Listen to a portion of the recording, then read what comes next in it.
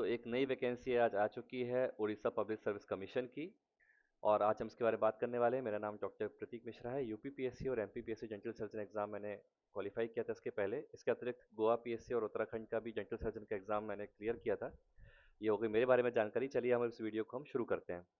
तो आप जैसे ही गोवा ये sorry Orissa public service commission के पेज पे जाएंगे तो यहाँ पे एडवर्टाइजमेंट पे क्लिक करने के बाद आपको 9 मार्च को एक वैकेंसी दिखाई देगी। ये है डेंटल सर्जन की पोस्ट। इसका आप पीडीएफ डाउनलोड करेंगे तो पीडीएफ कुछ इस तरह दिखाई देता है।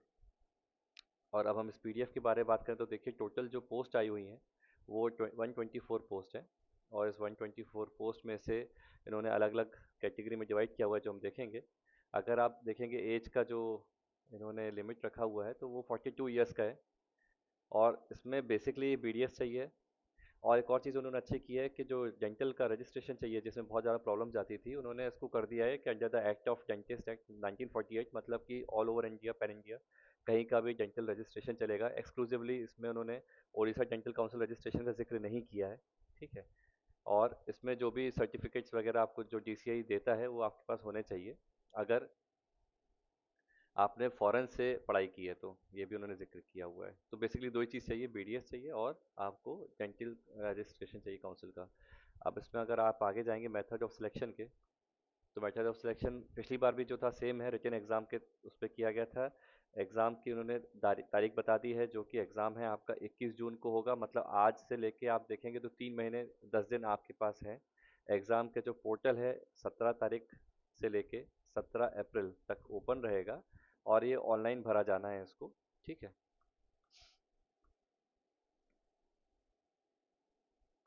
अगर हम आगे बढ़ते हैं तो उसमें जो टोटल रिजर्वेशन उन्होंने इसमें किया हुआ है 124 पोस्ट में से, उसमें अनरिजर्व्ड की पोस्ट सिर्फ 10 हैं।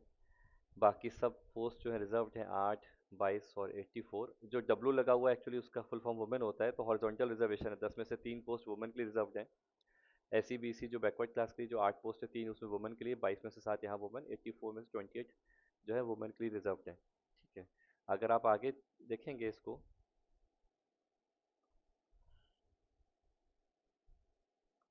तो उन्होंने बताया हुआ है कि इस एग्ज़ाम में टोटल क्वेश्चंस कितने पूछे जाते हैं और किस सब्जेक्ट से कितने पूछे जाएंगे, एकदम क्लियर कट बताया हुआ है।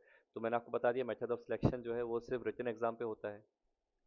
किसी प्रकार का इंटरव्यू उसमें नहीं होता है। टोटल 200 मार्क्स का क्वेश्चन रहेगा। हर एक क्वेश्चन जो है टोटल 200 रहते हैं, तो हर एक क्वेश्चन पे 1 मार्क्स होता है। नेगेटिव मार्किंग 0.25 है, मतलब कि -1/4। ठीक है। और इसी आधार पे आपका जो है मेरिट बनती है। 3 घंटे का एग्जाम होता है। सिलेबस जो है डीसीआई के सिलेबस के हिसाब से रहेगा।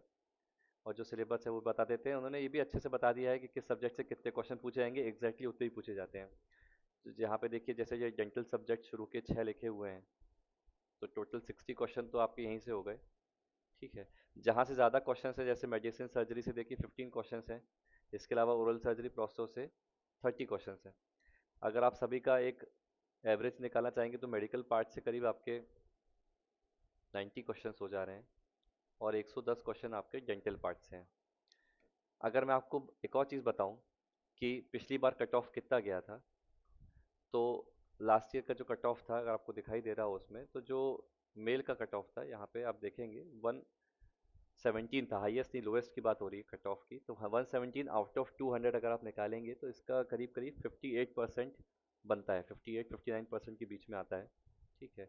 अगर आप बैकवर्ड क्लास का देखेंगे तो 108 और 100, मतलब कि 50% फीमेल के लिए, 54% था मेल के लिए, और एससी के लिए 44% था। और ये करीब करीब 43% हो जाता है, या 42.5 समथिंग ऐसा कुछ हो रहा है। तो मुझे लगता है कि क्योंकि एसटी की सीट्स पिछली बार नहीं भरी गई थी तो सारी कैरी फॉरवर्ड हो गई हैं, और तभी हम लोगों को एसटी की सीट्स जो हैं सबसे ज़्यादा देखने मिल रही हैं। जो हमने स्टार्टिंग में जो देखा था, जो सीट्स का डिवीजन था, आपने देखा 84 सीट्स हैं, तो ये 84 सीट्स पूरी की पूरी मुझे लगता है कैरी फॉरवर्ड हो गई। और बाकी सीट जो अवेलेबल है, कुछ नई क्रिएट की गई होगी, कुछ कैरी फॉरवर्ड हो गई होंगी। तो अनरिजर्व्ड के लिए सीट्स कम है। अगर दूसरे स्टेट के लोग अप्लाई करेंगे तो उनके लिए सीट्स कम है, लेकिन फिर भी एक कोशिश की जा सकती है इस एग्ज़ाम को क्लियर करने के लिए। अगर मैं बुक की बात करूं तो बुक, जितने लोगों से मेरी बात हुई जो पिछली बार सिलेक्ट हुए थे, तो डेंटल वाला जो पार्ट था, ज़्यादातर क्वेश्चन जो है पल्स से देखने मिले थे हमेशा की तरह। अगर पल्स पढ़ रहे हैं आप तो आपको बहुत फ़ायदा होगा। मेडिकल वाला जो पार्ट आया था थोड़ा ट्रिकी था। इसमें जो लोग नीट पीजी की तैयारी कर रहे थे जो स्टैंडर्ड बुक्स वगैरह से पढ़ रहे थे उनको काफ़ी अच्छे से मेडिकल करते बना था। यहाँ पे पल्स से आप समझिए 50% की हेल्प हो पाएगी, बाकी जो लोगों ने और स्टैंडर्ड टेक्स्ट से पढ़ा, ज़्यादा तैयारी की थी नीट पीजी के हिसाब से, उनको हेल्प की गई थी। फिर भी अगर आप कट ऑफ देखेंगे, जो मैंने आप लोग को बताया था कि 58-59% कट ऑफ गया था, ठीक है।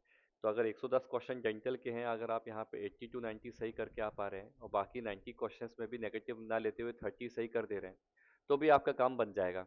मतलब कि मैं अभी भी, मेरा पूरा फेथ एक ही बुक पे है।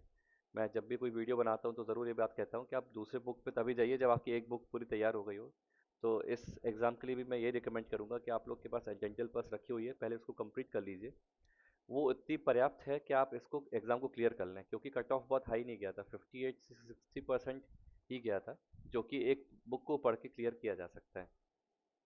तो ये वीडियो पूरा Orissa public service commission exam के बारे में था। अगर आपको फिर भी कुछ क्वेरी हो तो आप कमेंट बॉक्स पे आंसर पूछ सकते हैं, मैं कोशिश करूंगा उनको जवाब देने का। अगर मुझे नहीं पता होगा तो मैं उन लोगों से पूछ लूंगा जो लोग सिलेक्ट हुए थे, ताकि आपको एकदम सही जानकारी दे पाऊँ।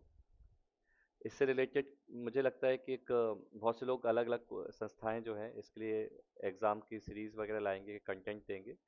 मेरा पर्सनल एडवाइस ये है कि किसी भी प्रकार की इसमें कोचिंग की ज़रूरत पड़ती नहीं है, ठीक है। कई लोग को ज़रूरत पड़ती है, कई लोग को नहीं पड़ती है, पर अगर आप तैयारी कर रहे हैं, आप नीट पीजी की तैयारी कर रहे हैं, ऑलरेडी आपका कंटेंट तैयार है इस एग्ज़ाम के लिए, नीट पीजी के लिए, तो आप ये एग्ज़ाम बहुत ही आसानी से निकाल सकते हैं। क्योंकि बाकी स्टेट पीएससी में क्या होता है, बाकी स्टेट पीएससी में वो लोग थोड़ा सा एमपी जीके वगैरह भी डाल देते हैं, जैसे यूपी में ये सब चीज़ होती है, या एमपी में हुई थी ये चीज़, लेकिन उड़ीसा जो है वो बिल्कुल एक नीट पीजी या डेंटल के हिसाब से चलता है। तो मुझे लगता है कि फिर ज़रूरत पड़ती नहीं है कि आपको किसी भी कोचिंग संस्था की ज़रूरत पड़े पढ़ाई के लिए। मॉक टेस्ट सीरीज़ आप ज्वाइन करना चाहें तो आप किसी की भी ज्वाइन कर सकते हैं, वो जस्टिफाइड है, क्योंकि बहुत से लोग पूछते हैं कि सर ज़रूरत है क्या, नहीं है ज़रूरत, तो इसलिए मैं इस चीज़ को समझा रहा हूँ। जिसको सिलेक्ट होना है तो वो तो पढ़ाई करता रहता है, एक ही बुक को लगातार पढ़ता रहता है, और बहुत सारे व्हाट्सएप ग्रुप के जो भी गॉसिप चलती रहती है उससे भी खुद को बचा के रखता है। क्योंकि होता क्या है कि जब भी आप किसी एक इंस्टीट्यूट से जुड़ जाते हैं या किसी कोचिंग सेंटर से, तो वहाँ पे व्हाट्सएप ग्रुप बन जाते हैं जो कि ओपन एक्सेस रहते हैं, वहाँ पे कई प्रकार की डिस्कशन चलते रहते हैं। और ये भी बात चलती रहती है सेलेक्ट हो गए हैं पेपर, बिक गए हैं पेपर, ये सब फालतू बातें रहती हैं। जिसको सिलेक्ट होना होता है वो तो उसमें पढ़ता नहीं है, और सिलेक्ट होकर चुपचाप नौकरी में भी आ जाता है। तो मेरा ये एडवाइस है कि जो सीरियस कैंडिडेट्स हैं, अगर आप इस एग्ज़ाम को निकालना चाहते हैं, चुपचाप अपना पल्स उठाइए, पढ़ाई करना शुरू कर दीजिए। कोचिंग वगैरह की ज़रूरत है नहीं बहुत विशेष, क्योंकि इसमें इंटरव्यू होता नहीं है, कोई भी स्टेट का पी जी के पूछा नहीं जा रहा है। सिर्फ डेंटल के क्वेश्चन हैं, वो भी पीजी लेवल के। जो लोग तैयारी कर रहे हैं उनको बहुत बेनिफिट मिलेगा, जो लोग पीजी कर रहे हैं उनको बेनिफिट मिलेगा। जो पुराने प्रैक्टिशनर हो गए, नौकरी में अब आना चाहते हैं, उनको थोड़ी दिक्कत जाएगी। बट स्टिल अगर आप पल्स पढ़ रहे हैं तो आपका काम बन सकता है। तो इस वीडियो को हम यहीं पे समाप्त करते हैं। मुझे उम्मीद है कि आपको इस वीडियो से कुछ हेल्प मिली होगी। बाकी ये पीडीएफ वगैरह वेबसाइट पे अवेलेबल है, इसको एग्ज़ाम को फॉर्म कब भरना है, कैसे भरना है, बहुत आसान रहता है, कुछ कठिन नहीं है भरने के लिए। आप उसको देख के भर लीजिएगा फॉर्म, और मेरी तरफ से आपको बेस्ट ऑफ लक। कोई भी दिक्कत लगे तो मुझे याद करिएगा।